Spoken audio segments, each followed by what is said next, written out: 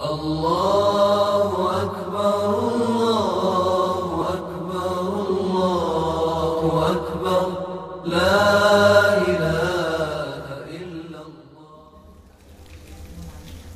Rasulullah sallallahu alaihi wasallam,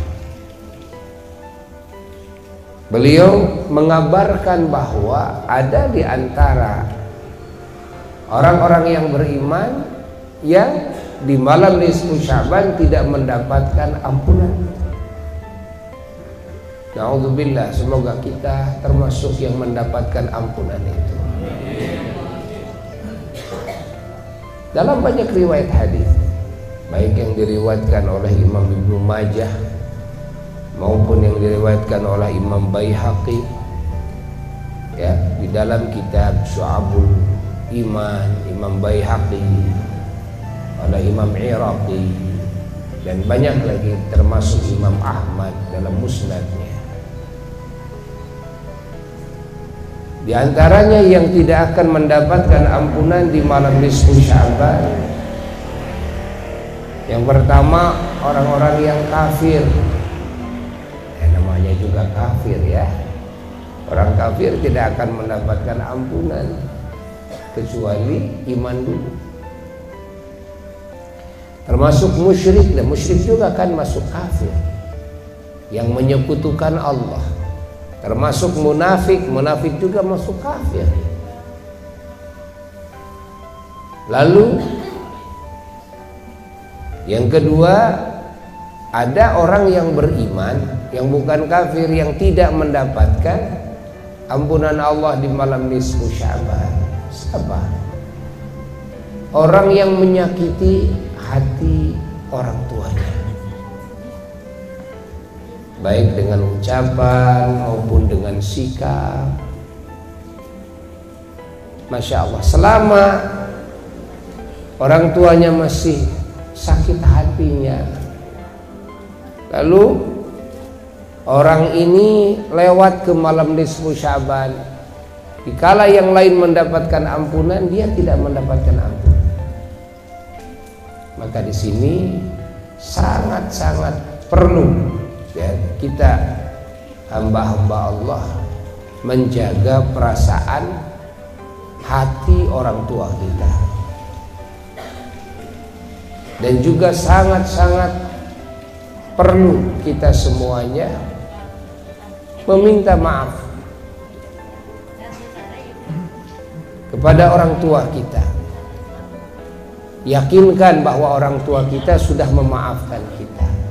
Harus diyakinkan, karena kalau tidak, kita tidak punya harapan mendapatkan ampunan Allah di malam nisfu Sya'ban.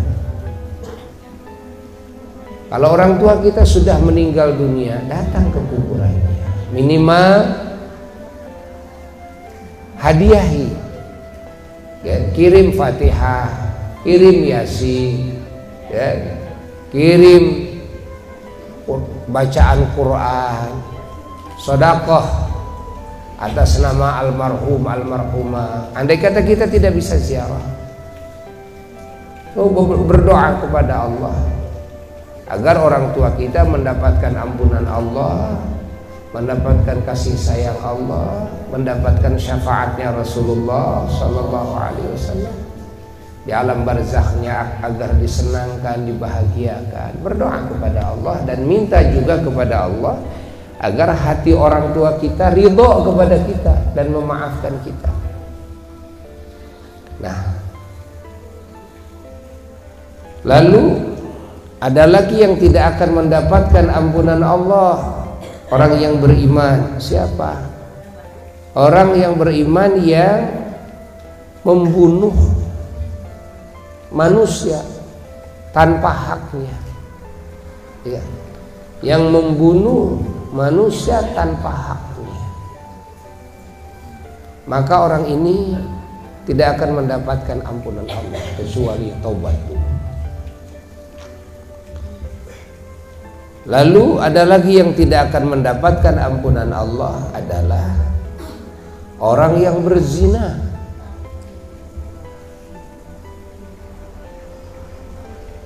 Selama dia belum bertobat kepada Allah,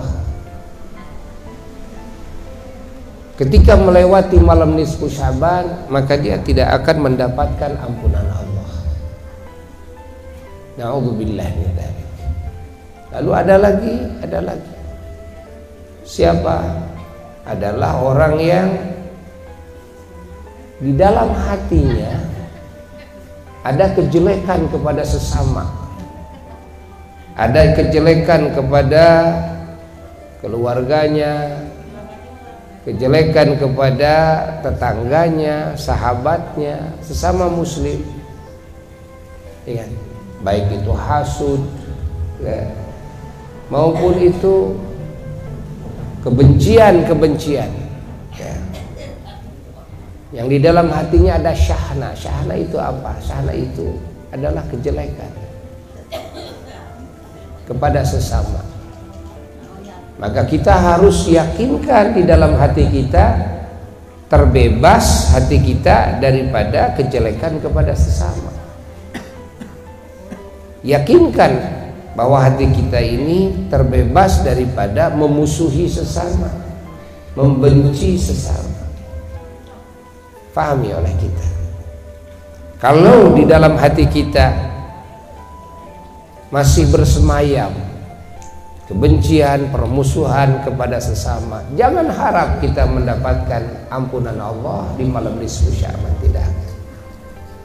Tidak akan. Na'udzubillah min dzalik. Lalu ada lagi yang tidak akan mendapatkan ampunan Allah di malam nisfu Sya'ban, adalah orang yang berniaga, berbisnis dengan cara riba,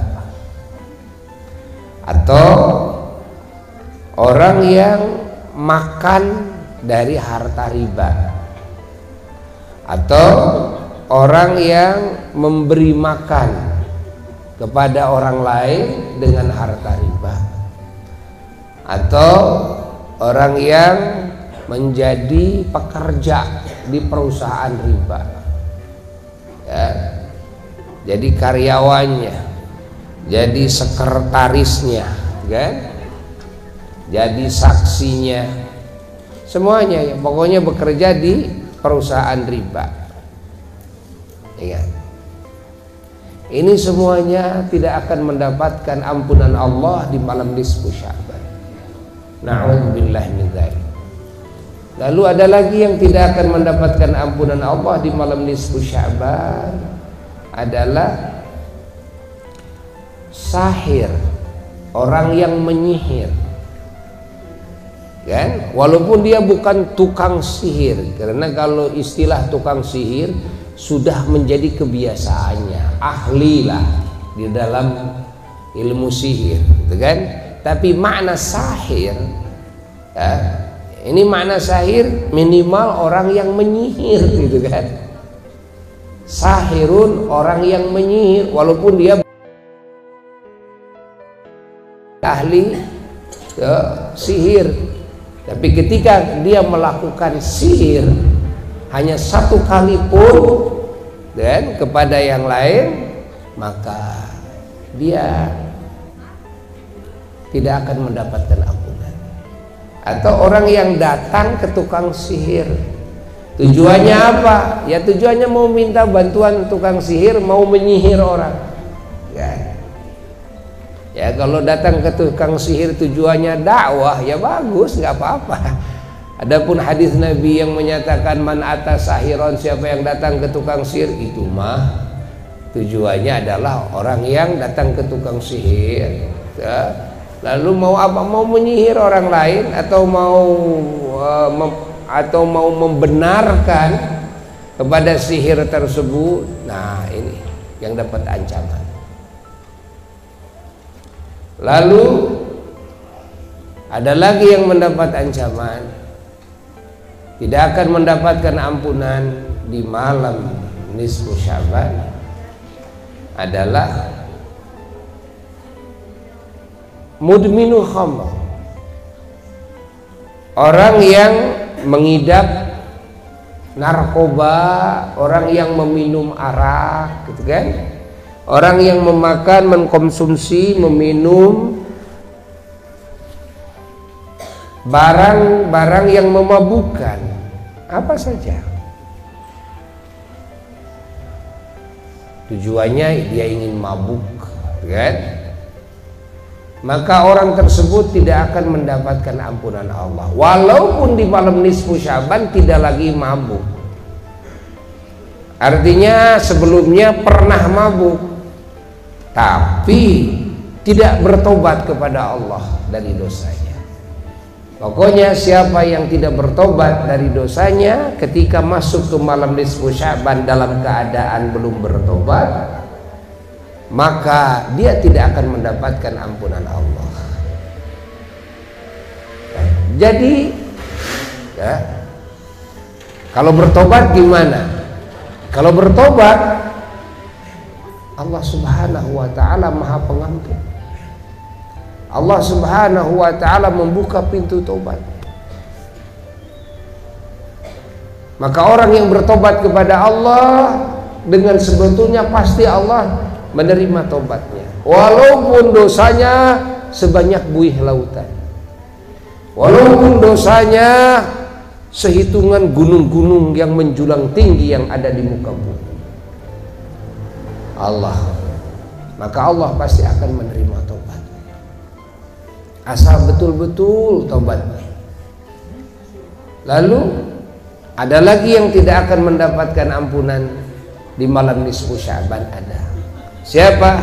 Laki-laki yang memakai pakaian, laki-laki nih yang memakai pakaian celana, gamis, sarung yang menutup mata kakinya dengan niat khuyala.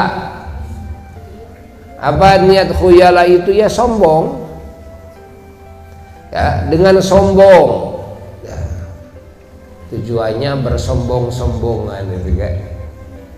Nah, tapi kalau tidak ada niat khuyala, maka tidak ada ancaman Allah. Apalagi kalau ada niat-niat yang ma'dzur, ya, yang mendapatkan udzur dalam agama, seperti menjaga dari debu, menjaga dari dingin, menjaga dari nyamuk dan sebagainya. Contohnya, kan?